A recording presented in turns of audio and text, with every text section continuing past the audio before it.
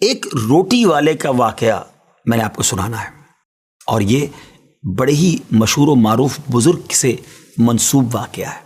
حضرت ابو بردہ رضی اللہ تعالیٰ عنہ راوی ہیں کہ حضرت ابو موسیٰ اشعری رضی اللہ تعالیٰ عنہ کی جب وفات کا وقت قریب آیا تو انہوں نے اپنے بیٹوں سے کہا کہ اے بیٹو، روٹی والے کو یاد رکھنا۔ پھر یہ واقعہ خود ہی بیان کیا کہ وہ روٹی والا کون تھا۔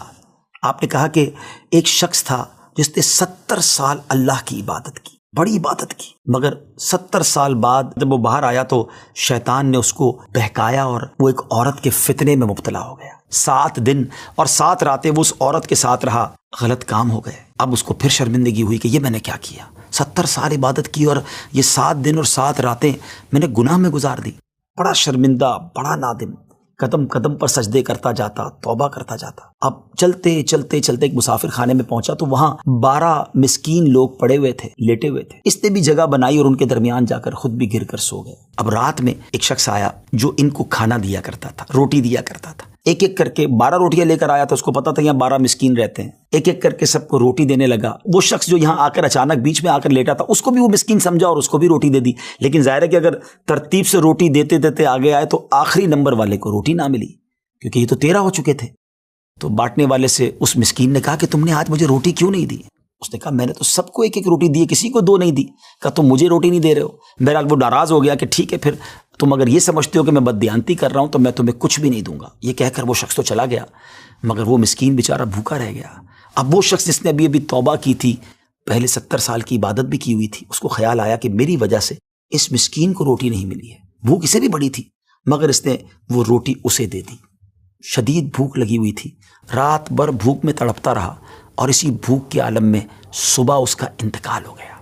حضرت ابو موسیٰ اشعری رضی اللہ تعالیٰ عنہ فرماتے ہیں کہ جب یہ شخص اللہ کی بارگاہ میں پہنچا نا تو ایک پلڑے میں اس کی 70 سال کی عبادت رکھی گئی اور ایک پلڑے میں وہ 7 دن اور 7 رات کے گناہ رکھے گئے۔ تو فرمایا کہ وہ گناہ جو تھے وہ 70 سال کی عبادت سے آگے بڑھ گئے، یعنی اب اس کے لیے گویا حکم ہو سکتا تھا کہ وہ جہنم میں جائے، مگر ان 7 دن کے گناہوں کے سامنے وہ روٹی رکھی گئی، اور اس روٹی کی برکت سے، کیونکہ وہ اخلاص کے ساتھ ایثار کی گئی تھی، مسکین کی مدد کی گئی تھی، وہ 7 دن کے بڑے بڑے گناہ معاف کر دیے گئے اور وہ جنت میں چلا گیا۔ پھر آپ نے اپنے بچوں سے کہا بیٹا روٹی والے کو یاد رکھنا۔ ناظرین، یہ واقعہ واقعی دلوں کے تار چھیڑ دیتا ہے۔